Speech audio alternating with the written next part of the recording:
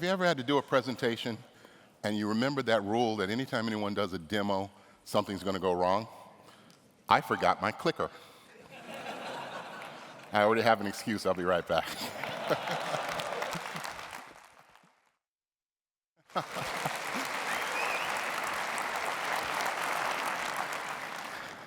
Oh, wow. For anyone who's wondering, we did that on purpose. So if anybody asks, it was planned. You know, it is weird because I talk about disruption a lot, and I'm going to talk to you about 7 disruptions here today.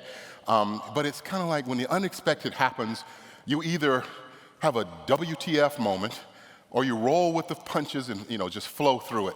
But most people aren't ready for that. Most people, when a disruption happens, they get thrown off their game. It's sort of like having that dream that we probably all had where you go to school and you have to do a report in front of the class and you realize you're naked. Have you had that dream? I love that dream. It's great. But you still have to decide what you're going to do about it, right? Run out and get clothes on, I hope. But here we're going to talk a bit about disruption. There are 7 disruptions you might not see coming, ones that are probably closer than you think they are, or that might have a bigger impact than you realize. So we'll go through those. And this whole process of creating these lists is a part of something that we call the Gartner Futures Lab. I'm one of the co-leads for the Gartner Futures Lab, and we specialize in looking around corners to see what's coming next, so you can set your strategy in advance. You don't have to be surprised. You can be ready to roll with whatever happens. And that is what we're going to try to do a little bit here today.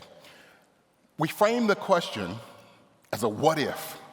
What if disruption strikes and you don't notice? Remember, just like, something going wrong on stage or waking up naked in class, it's a WTF moment. Now, I'm thinking which technology first, not what you guys might be thinking. But the reality is that you have to figure out where you're going to go. And disruption is not just change. Keep in mind, moving a cup of coffee across your desk from one side to the other is a change, but it's not necessarily a disruption. It might be disruptive if you spilled a cup of coffee, but we're looking for disruptions that cause a fundamental shift in the system that you're working in, the system of behavior, of technology, of whatever. It causes a fundamental shift. And guess what? It doesn't go back to the way it was before unless it's disrupted again by something else. So it's not a fad. I always ask this question. I want to see where you guys are. Now be brave. Is anybody here still playing Pokemon Go? A few. Oh my goodness. I want to talk to you people afterwards. I have more stuff to sell you. The reality is that most of us got into Pokemon Go and out of Pokemon Go very quickly. It was a fad. It was a big deal, happened fast, went big, and then it went away fast. But disruptions come, they can get big, and they stay for a long period of time. So that's what we're trying to get at, disruptions like that. And we use this scale, the digital disruption scale, to measure the intensity of a disruption, just like the intensity of an earthquake. An earthquake has a certain level of intensity, and it's a logarithmic scale as it goes up, showing you that it gets worse and worse and worse wherever it is. So we give you a little history lesson here in that the right-hand side of this curve is showing you historical disruptions that have happened at least 30 years ago that you can compare to what's happening now, so you get an idea of what it is. Lee McMullen reminded me one that's missing on here is the Industrial Revolution and specifically the production assembly line of cars. So Henry Ford was one of the biggest change agents in the history of the world. And these are things that you can look at and say, well, wait a minute, if this disruption is about the same place, I could expect the same level of change. So here are the 7 disruptions that I'm going to talk about here today. They are scattered around. They're scattered in terms of intensity. I won't go in this order from bottom to top, but they're scattered in terms of intensity.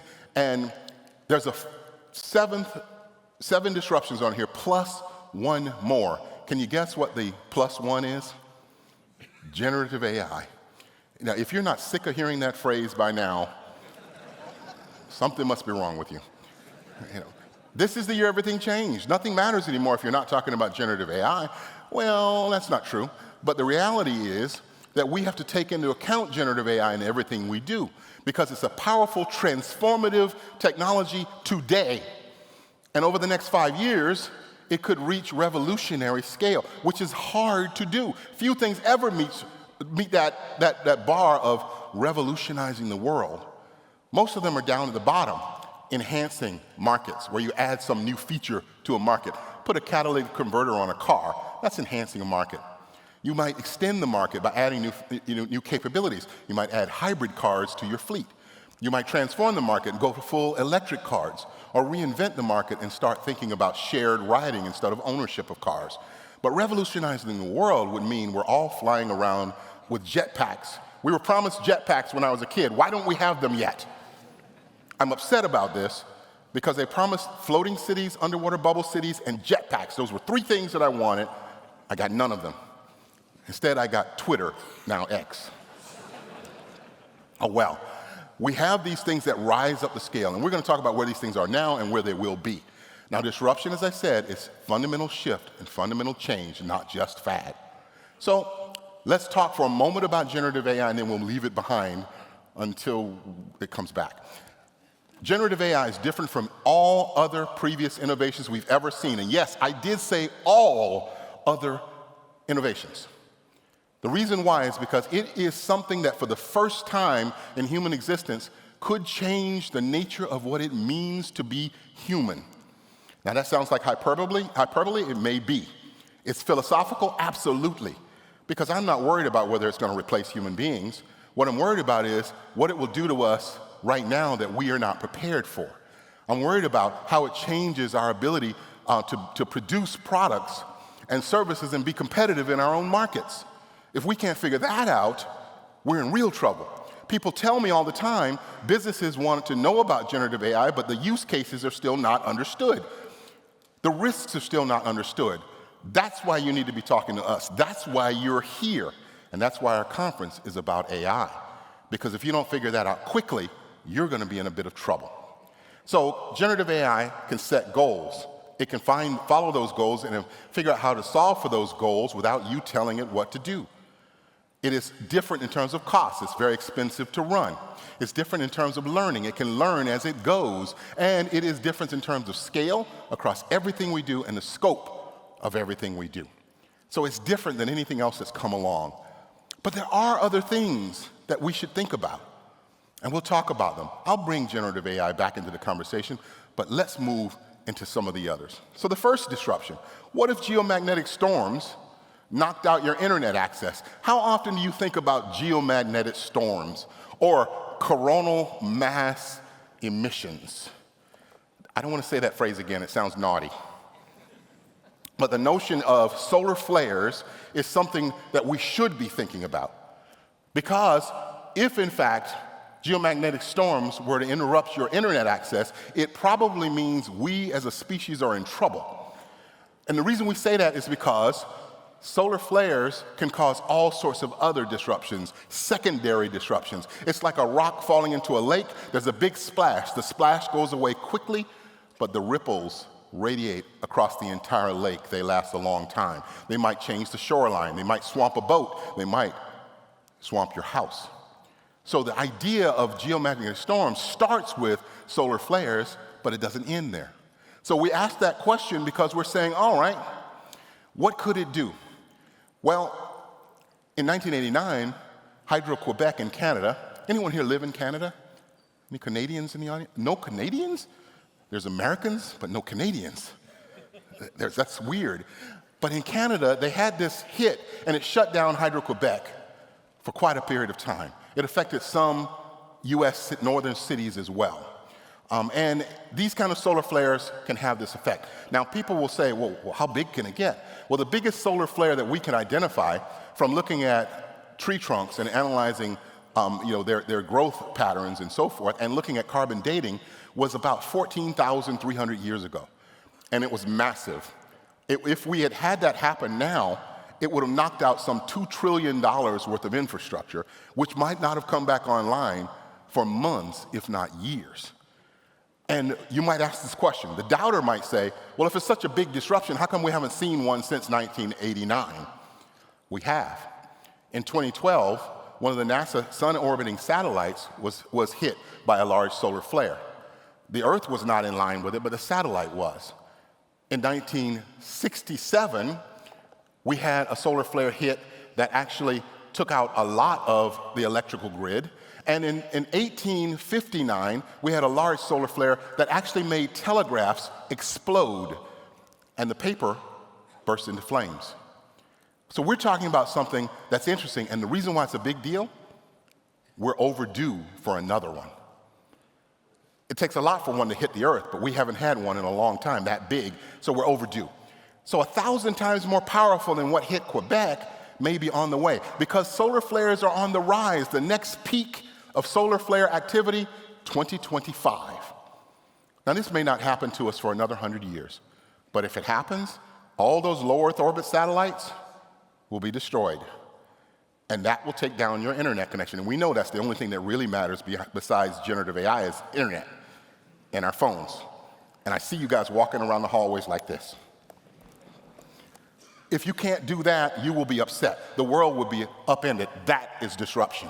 That is what we're talking about. Our communications networks, our ways of interacting with one another, gone in a heartbeat. So where is it in 2023? Enhancing markets. We're talking about hardening systems.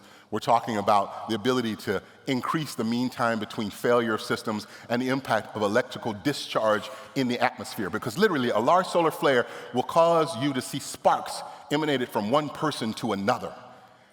And we are talking about having systems that are better able to survive that. Right now, it's very, very fragile. 2028, it could be transforming or reinventing markets because we have to find new ways to deliver technology that isn't vulnerable to it. I mean, if you want to work into something like quantum computing is vulnerable to if someone, coughs too loud. If we have solar flares, it's really in trouble. We got to find a better way to do computing. So what's disrupted? System hardening. What's disrupted?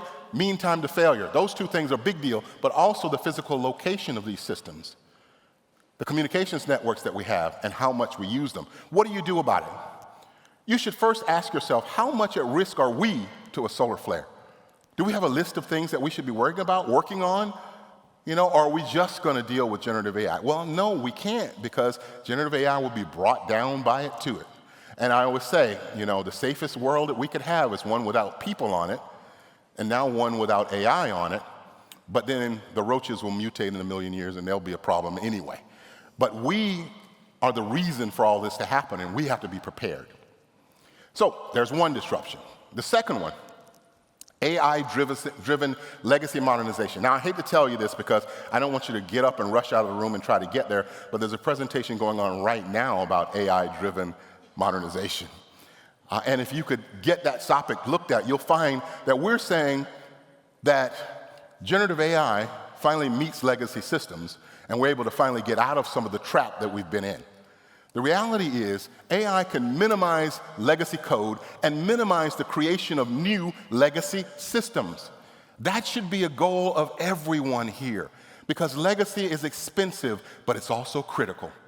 It's running some of the most important systems in the world, and we really need to be able to modernize them without disruption. So what does that mean? It means that code conversion, just-in-time writing of code, is not the most critical thing. It means AI can describe the code that you have. It can tell you code that doesn't have documentation anymore. COBOL programmers are retiring. They don't remember what they did. You don't have them to order to do it again, and they didn't document it very well. So now it can look at the code and explain the system and tell you what's happening and describe the dependencies in your system, because that's more important than just changing the syntax or the code that the system's running with. It is also about explaining the application. What is it supposed to do versus what it's designed to do? And making that's something we've always had a problem with. We think we build an app that does what users tell us, but then we find out users are not good at telling us what they want. We're not good at listening to them. We go back to our cubicle and build something that when we give it to them, they say, what is this? It's not what I asked for. But the reality is generative AI can make it closer to what they asked for by helping to explain the application.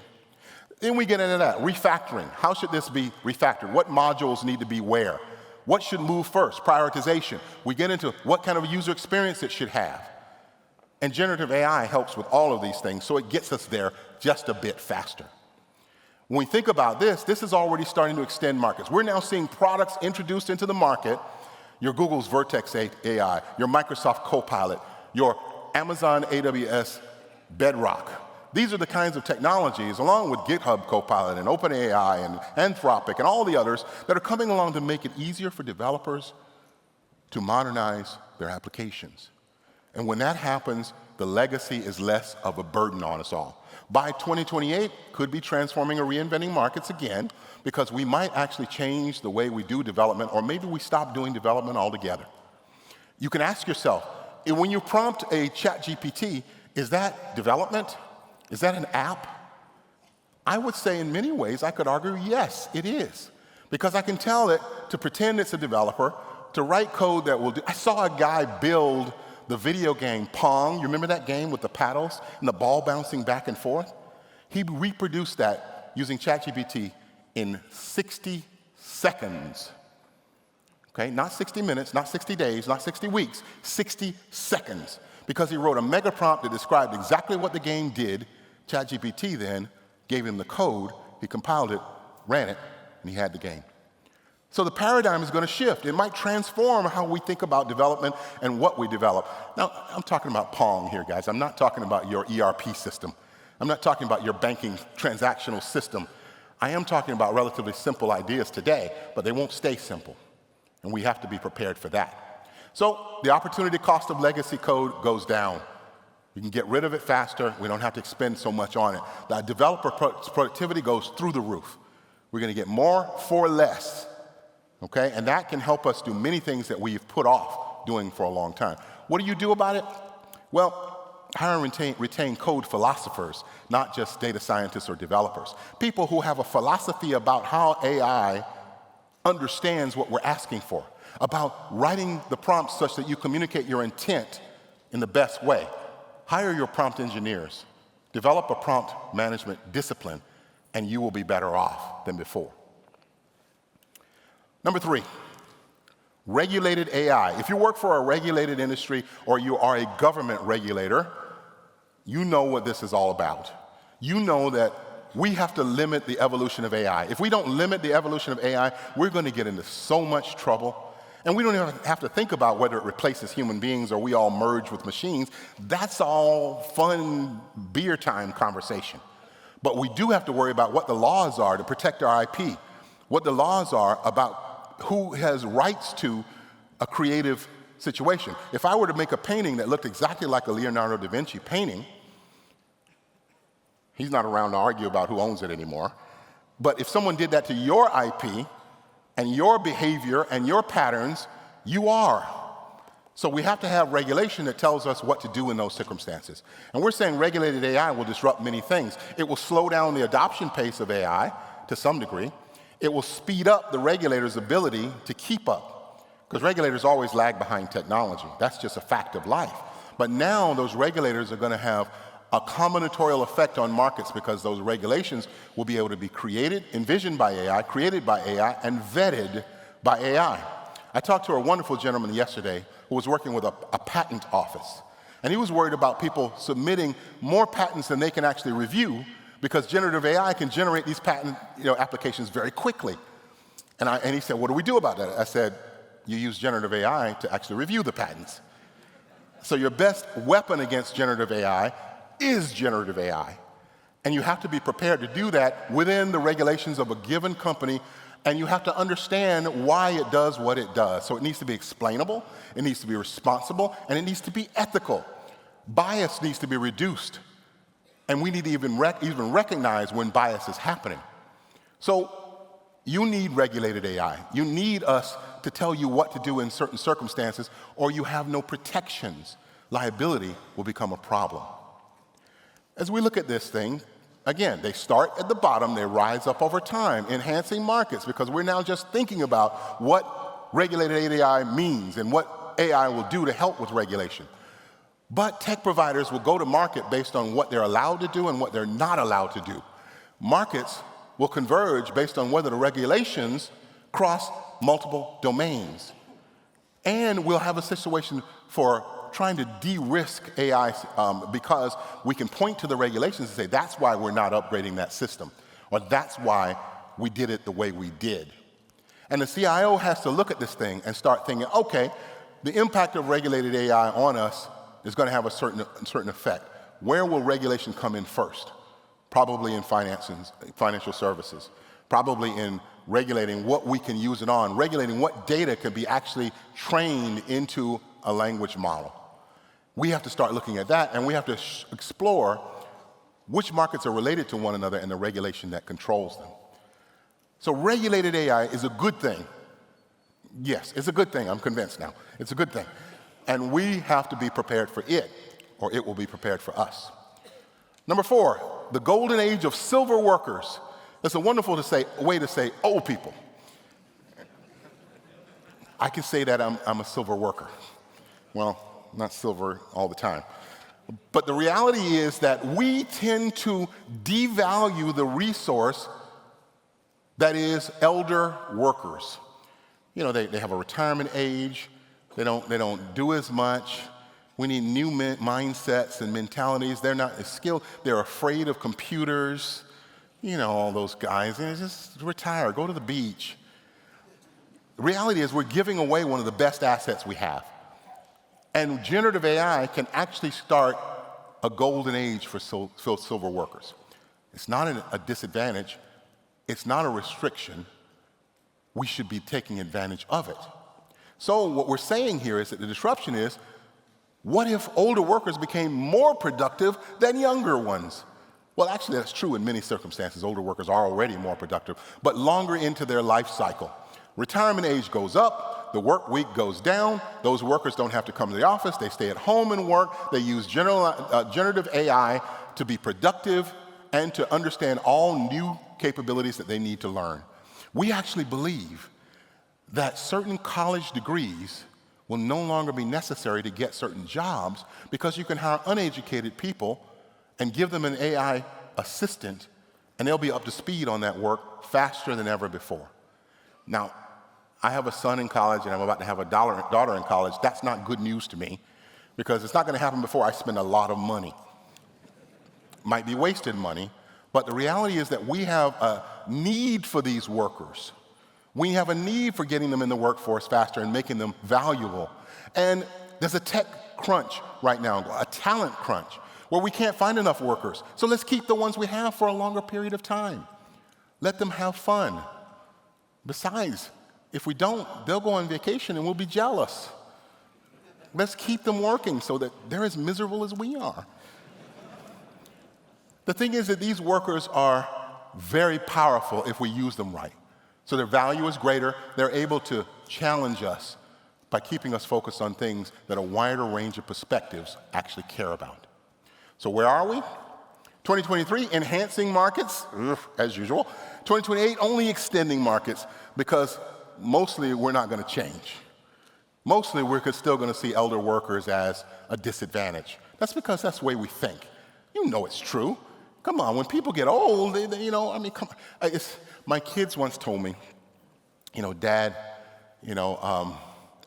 you're changing. As you get older, you don't understand anything about the world. You got to remember something. I was one of the original team members of cloud computing, and my daughter comes home from school one day and says, "Hey, Dad, we studied cloud computing in school." And I said, "Oh, really? What did you talk about?" She said, "Oh, you wouldn't know about that." I said, "Do you know who you were talking to at the moment? Do you know who I am?" And she said, "No, who are you?" What's that?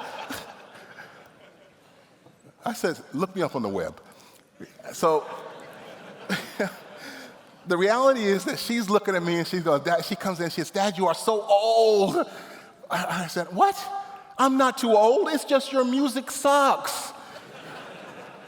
We have that conversation a lot.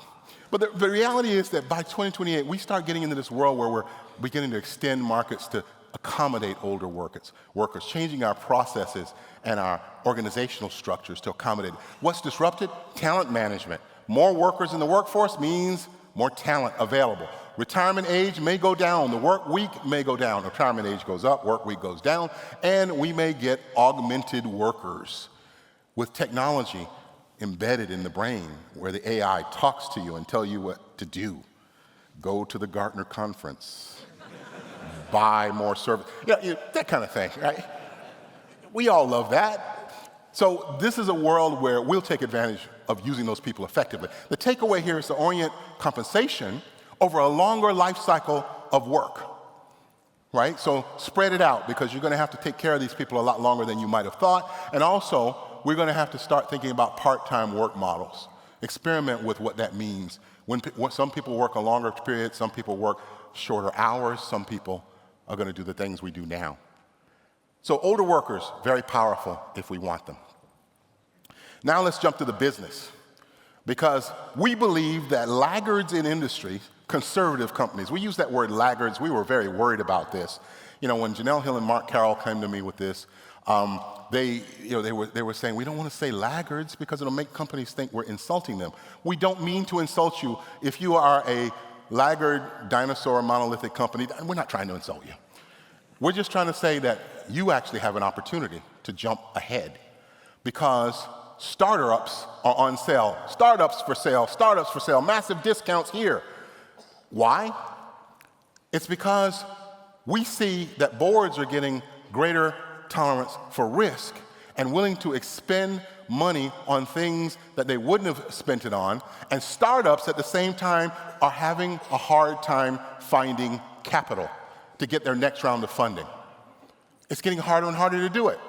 Coffee Bruce, the CFO of General Mills, said we may be able to leverage the money that we have, which startups can't get, and maybe some of those startups on sale will buy. It's a techquisition, a tech startup bought to bring in a whole new base of business. And if we do that, we may be able to leapfrog some of the leaders in our industry and get there before we would have otherwise. So it's a good thing. We've been conservative with our money. Now the startups are cheap. Let's go and buy them up. And let's jump over the others in the industry. So that means that we have to start thinking, okay, where are the depressed valuations we can leverage? Where are investors less willing to fund? And so we have an opportunity to go and start talking to those startups to find out what technology and knowledge they put on the plate that will make us better. And so if we're well capitalized, we can do moonshots. We can do that one big bet that, if it lands, will make us the star. And that's where these conservative companies now really leverage the strength of their ability to survive, the strength of their ability to grow, to turn it into something bigger than it ever was before. Where we are on this, we're still looking at enhancing markets, okay? In 2020, by 2028, extending and perhaps transforming markets. And the reason why this doesn't move very fast or far is because conservative companies are conservative. They don't like to move that fast. They get scared very quickly. They're like governments in that regard. If you do anything, that means that you're putting risk on the plate. So we try not to do anything. I used to work in government, so I know it doesn't work. But the reality is, they'll get easier paths by acquiring people who already do it well. This is why it doesn't move fast. But if it does move, the pool of available startups is going to go down over time. So get in early. And when you look at this stuff, you're going to see innovation being balanced between those startups and the existing companies out there. That's a good thing. We live in a tech world. If you're not a tech innovator, you are falling behind. And the startup acquisitions can make it happen for you. Your route to path, your route to market for startups is going to change. You wouldn't be just looking to investors to give you your funding from the typical investment avenues. You'll look to these companies that may have a lot of cash, but not enough knowledge of what to do with it. And so what you're going to do, aggressively evaluate which tech companies are interesting to you. Start looking at them as an asset to be mined. And you're also going to look to be the sponsor of it. If you are a CIO or working in tech, you should be the sponsor of these techquisitions. Because if it works, you get a raise. Either that or you get given responsibility for making it work, which really could be hard, but it's something you would want to do to get an advantage. And lastly, you want to acquire techquisitions to differentiate your digital foundation, to make you a stronger digital company and let you transform to digital in a way you haven't. 80 to 90% of our customers are not doing digital transformation, they're doing digital optimization. Well, if you can get to transformation, you could make a big deal, big, fast, and good. Number 6, there are only 7. The pace of engineering innovation is going through the roof. But there's a lot of pain involved in it. Here's what I mean. This is not an accident. It was a test. The expectation was that failure would happen, that catastrophic failure would happen. But when you do that, you learn why it happened, what needs to be changed, and you can fix it faster. It's not an accident. It's an expected outcome. And companies like SpaceX and Tesla, are pushing the envelope on this kind of approach to say, we're going to run through the failures, even catastrophic ones, faster to get to the successful models and then put them in the marketplace. They're even starting to avoid patents because they say if anyone steals our IP and copies what we did, they still don't have the culture to keep up with us. We'll go beyond that before they can even leverage what they've got. So they keep pushing faster, and they've done it over time. SpaceX has increased its pace of delivery for space vehicles dramatically since 2002. And they keep getting faster and doing bigger things with it. They've reduced the payload costs dramatically over time. Those payload costs have come down by multiple orders of magnitude, and they're still coming down faster and faster. I remember back in the day when NASA was the only one that we trusted to put things into space. And now NASA seems kind of funny because they're depending on others, SpaceX and others, to actually deliver those payloads. So if engineers are taking more risks, if engineers are willing to take failure, if engineers are willing to try things that might have been thought to be absurd at one point, they'll get there faster. We'll innovate faster, and that could be a massive transformation. We're seeing it now. By the way, how many people here own a Tesla? Anybody got? How many of you own an electric vehicle of any kind? I love you guys, because that's a good thing for the world. Well, we hope. But the notion is you're taking advantage of this kind of innovation. Now, how many of you want to go on a spaceship to space? Oh my goodness, that's a lot. I always said, as soon as they got commercial spaceflight available, I'll be the second one in line to go, right behind one of you. We're ready to try new things, and our businesses need to be ready. So the engineering discipline and bureaucracy is going away. Innovation pace is going up. We might even get lightweight portable nuclear reactors out of this. Holding a nuclear reactor that's safe in the palm of your hand. That's actually on the table right now. The innovation pace is going through the roof. So you have to start thinking about empowering rapid development with fusion teams of business and technology people coming together, doing virtual and physical projects in both spaces at the same time. And you have to shrink the time between run, test, and run. You can't just keep developing. You have to actually watch the failures and keep moving forward. And this leads to our last one, which is an interesting notion. The space race is starting again, and geopolitical competition is going to leave the planet again. If you think back, or you read your history books, to back when the space race started in the 50s, it was a power struggle between the Soviet Union and the United States.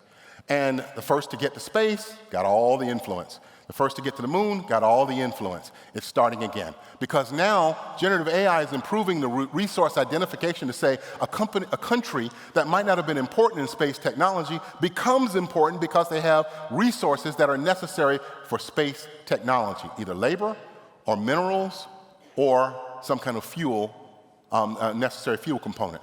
That can make a company more powerful.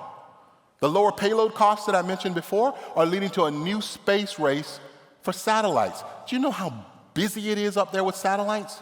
If they all fell down right now, I don't think any of us would avoid being hit because there's just so many up there. It costs less than $300,000 US to put a CubeSat into orbit today. You could lose that in your IT budget and not even know it happened, right? I'm coming to visit next week. I want to launch a satellite. The reality is that we are making it easier to put these things up. And so we are building our ability to be powerful because space technology is an economic boon. It gets us better. And this race will likely accelerate. And these new resources and territories, who's going to put their flag on a moon base that we have permanently in place? I live in Atlanta, Georgia, right? Home of the Center for Disease Control. which was central to one of the biggest disruptions we've seen, the pandemic. The home of Chick-fil-A, where they sell really good chicken sandwiches, fried chicken, and the home of Coca-Cola. Do not drink a Pepsi product. In Atlanta, Coca-Cola has a plan to put the Coca-Cola logo on the face of the moon, so that every time you look up, have a Coke and a smile. If they get it done, I have fear for the rest of the world, but the notion is that new territories can be claimed because of space technology. And in 2023, it's just building momentum. By 2028, it will be reinventing everything because the space technology, quantum computing will go to space, server farms will go to space. All these new processes to create new drugs and new techniques will be in space. And yes, you will be riding to space. Captain Kirk did it. You can do it. All right? Now, we just have to have the will to get it done. So it's going to have a ripple effect across all industries that are out there. We're going to have this supply race to get the right resources. And we need to establish a transfer discipline of technology from the space programs to our day-to-day businesses. If we can do that, it's going to be great. So 7 disruptions. Here's where they are today in 2023. Here's where we expect them in 2028. The first time that we've had some reach the revolutionize in the 10 years that we've done this presentation. And really, you have to become something important. You have to become the evangelist for self-disruption. Disrupt yourself before someone else does it to you. Why? Because evangelism draws crowds. Crowds can be inspired. Inspiration leads to belief. Belief connotes faith. And with faith, we can work miracles. Thank you very much for listening, and enjoy the day.